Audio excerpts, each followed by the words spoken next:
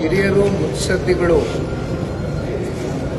ರಾಜಕಾರಣದಲ್ಲಿ ದೀರ್ಘಕಾಲದ ಅನುಭವವನ್ನು ಹೊಂದಿರತಕ್ಕಂಥವರು, 6 ಬಾರಿ ಶಾಸಕರಾಗಿ ಸಚಿವ ಸ್ಥಾನವನ್ನು ಅಲಂಕರಿಸಿ ಬಹುಶಃ ರಾಜಕೀಯ ಕ್ಷೇತ್ರದಲ್ಲಷ್ಟೇ ಅಲ್ಲ, ಸಾಮಾಜಿಕವಾಗಿ, ವಿಶೇಷವಾಗಿ ಶೈಕ್ಷಣಿಕವಾಗಿ ಅವರ ಸಂಸ್ಥೆಯಿಂದ ಸಾಕಷ್ಟು ಜನ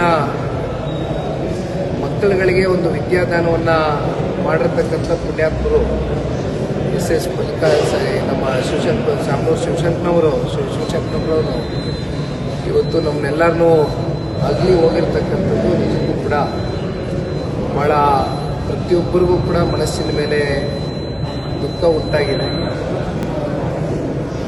95 ವರ್ಷ ಆಗಿದ್ರೂ ಕೂಡ ಬಹುಶಃ ಅವರಲ್ಲಿ ಏನಾದರೂ ಸಮಾಜಕ್ಕೆ ನಾನು ಒಂದು ಕೊಡುಗೆಯನ್ನು ಕೊಡಬೇಕು ಅಂತಕ್ಕಂಥ ಛಲದಿಂದ ನಿರಂತರವಾಗಿ ರಾಜಕಾರಣದಲ್ಲಿ ಸಮಾಜ ಸೇವೆಯ ಮೂಲಕ ಗುರುತಿಸ್ಕೊಂಡು ಸಾಕಷ್ಟು ಹೋರಾಟವನ್ನು ಏನು ಮಾಡ್ತಾಯಿದ್ರು. ಇವತ್ತು ನಮ್ಮೆಲ್ಲರಿಗೂ ಕೂಡ ವಿಚಾರ ತಿಳಿದು ಭಾಳ ನೋವಾಗಿದೆ. ಅವರ ಅಭಿಮಾನಿಗಳಿಗೆ ಜೊತೆಯಲ್ಲಿ ಇವತ್ತು ಇಡೀ ರಾಜ್ಯ ಬಡವಾಗಿದೆ ಅಂತಕ್ಕಂಥದ್ದು ಈ ಸಂದರ್ಭದಲ್ಲಿ ನಾವೆಲ್ಲರೂ ಭಾವಿಸಿದ್ದೇವೆ.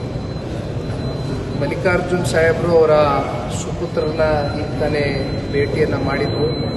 ಅವರು ಕೂಡ ತಿರುಪತಿ ದೇವಸ್ಥಾನಕ್ಕೆ ಹೋಗಿದ್ರು ಅಂತಕ್ಕಂಥದ್ದು ಸುದ್ದಿಯನ್ನು ಕೇಳಿದ್ವು. ಆದರೆ ನಿಜಕ್ಕೂ ಕೂಡ ಇದು ಭಾಳ ಪ್ರತಿಯೊಬ್ಬರಿಗೂ ಮನಸ್ಸಿನ ಮೇಲೆ ಒಂದು ದುಃಖ ಉಂಟಾಗಿರ್ತಕ್ಕಂಥದ್ದು. ವಿಶೇಷವಾಗಿ ಸನ್ಮಾನ್ಯ ದೇವೇಗೌಡರು ಸಾಹೇಬರು, ಸನ್ಮಾನ್ಯ ಕುಮಾರಣ್ಣ ಅವರು, ನಮ್ಮ ಇಡೀ ಕುಟುಂಬ, ಅವರ ಕುಟುಂಬದ ಜೊತೆಗೆ ರಾಜಕೀಯ ಅಂತಕ್ಕಂಥದ್ದನ್ನ ಬದಿಗೆ ಇಟ್ಟು ಮಾತನಾಡ್ತಕ್ಕಂಥದ್ದಾದರೆ ಒಂದು ವಿಶೇಷವಾದಂಥ ಒಂದು ವಾತ್ಸಲ್ಯ, ಒಂದು ಸಂಬಂಧವನ್ನು ನಿರಂತರವಾಗಿ ಒಂದು ಸಂಪರ್ಕವನ್ನು ಇಟ್ಕೊಂಡಿದ್ವು.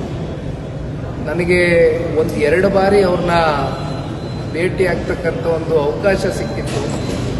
ಬಹುಶಃ ಬರೀ ಒಂಥರ ಲೈಟ್ ಹಾರ್ಟೆಡ್ ಆಗಿ ವಿಚಾರವನ್ನು ಮಾತನಾಡ್ತಕ್ಕಂಥದ್ದು, ವಯಸ್ಸು ನಾನು ಚಿಕ್ಕವ ನೀನು ದೊಡ್ಡವ ಅಂತಕ್ಕಂಥ ಭಾವನೆ ಯಾವತ್ತಿಗೂ ಕೂಡ ಅವ್ರ ಮನಸ್ಸಿನಲ್ಲಿ ಇರಲಿಲ್ಲ. ಯಾವಾಗಲೂ ಕೂಡ ನಮ್ಮಂಥ ಯುವಕರಿಗೆ ಒಂದು ಸ್ಫೂರ್ತಿದಾಯಕವಾಗಿ ಮಾರ್ಗದರ್ಶನ ನೀಡುವ ನಿಟ್ಟಿನಲ್ಲಿ ಶಾಮನೂರು ಶಿವಶಂಕರಪ್ಪ ಸಾಹೇಬರು ನಮ್ಮೆಲ್ಲರಿಗೂ ಕೂಡ ಮಾರ್ಗದರ್ಶನವನ್ನು ನೀಡ್ತಾನೆ ಬಂದಿದ್ದರು.